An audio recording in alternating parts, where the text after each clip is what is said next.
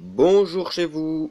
Aujourd'hui, nous allons parler du Sigma X5 SC.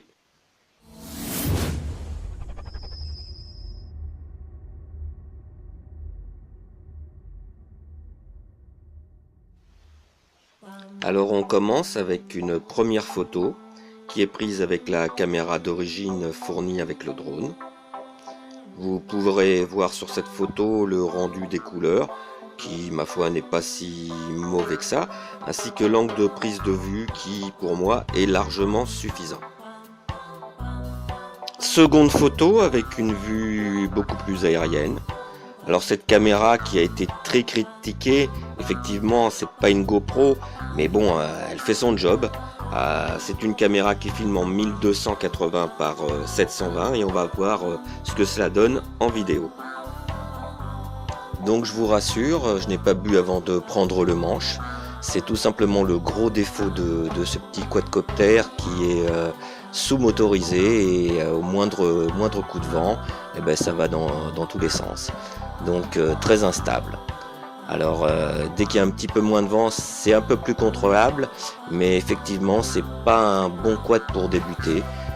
C'est pas un quad que je recommande pour les enfants parce qu'on est constamment en mode panique dans la mesure où on essaye un petit peu de reprendre le contrôle et c'est pas évident du tout. Donc voilà, c'est le principal défaut de ce quad.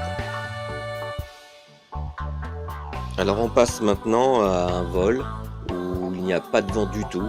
Et effectivement, c'est le jour et la nuit parce que là on a un engin qui est assez stable et qui permet effectivement de faire des prises de vue un peu plus intéressantes. Donc vous pouvez voir que là le drone est bien pris en main, qu'on arrive à bien le manipuler.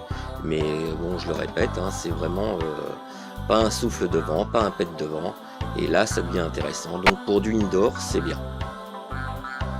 On passe maintenant au plus et au moins de ce petit Sigma X5 SC.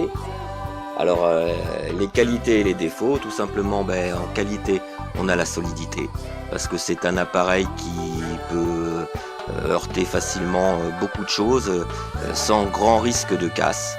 Et l'autre qualité c'est la disponibilité des pièces parce qu'effectivement sur internet on va trouver tout ce dont on a besoin pour changer ce qui éventuellement a été cassé.